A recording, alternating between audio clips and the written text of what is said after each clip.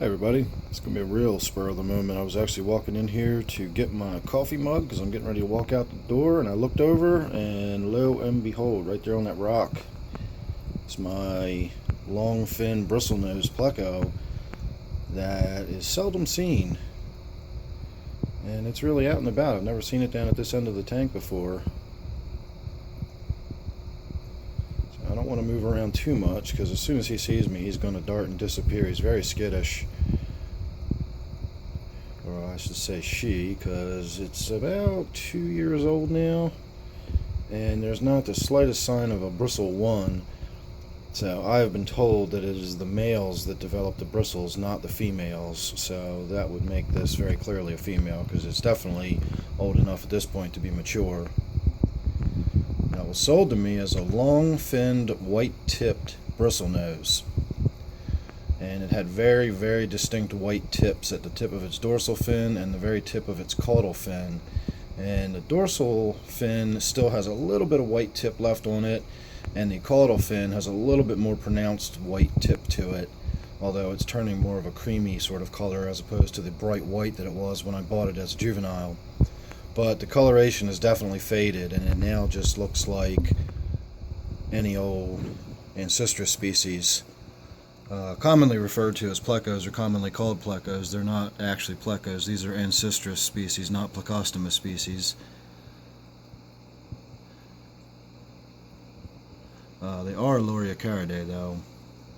So very closely related, and I don't think anybody's going to give you too much of a hard time if you call them Bristlenose Plecos. That's what I certainly call them, but I'm always a stickler for accuracy if I can be, and you know, technically they are Ancistrus, not plecostomus.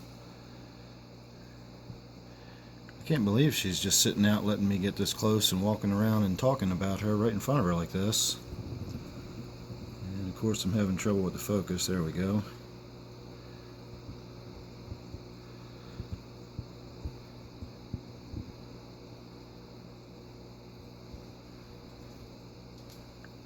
I cannot for the life of me remember what her L number is off the top of my head. I suppose I can look it up and put it in the description below.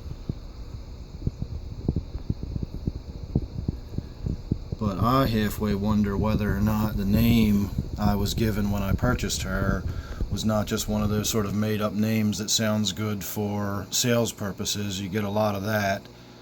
So just because I was sold as a long fin white tip, I might, look that up online, and I might not actually be able to find that fish with an associated L number. So I'm not entirely sure what I've got.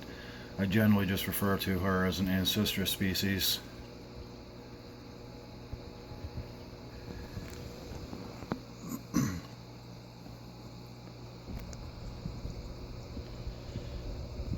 I just cannot believe how she is letting me get this close.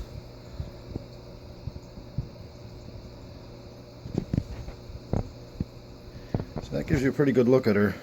Again, she's about, I don't know, she's older than 2. I don't think she's 3 yet, but she's definitely older than 2. And you can see she's only maybe 3 inches long. So very slow growing, and they don't, we just got to see her not really blink, but we'll call it blink for a lack of a better word. There actually is a better word. It's an accurate word for what she just did, and I cannot for the life of me think of what it is. They actually roll their eyes into their head and sort of roll them back. And I'm not 100% sure why they do it. I don't think it's the equivalent of like why we blink to sort of re-moisten and clean our eyeballs. They obviously wouldn't have a need to do that. That's one of my Congo tetras. So alright, I'm going to go ahead and call that a video. I suppose I could scare her and get her to dart and dash away and give us a little bit of activity, but I don't like doing stuff like that. So this is my 125. You should go ahead and subscribe if you're not already. You never know what you're going to get with me. You get a lot of these little oddball videos like this. And I do have a lot of cool fish that are fairly reclusive, so when they pop out, I try to get them on video, so you never know what you're going to get.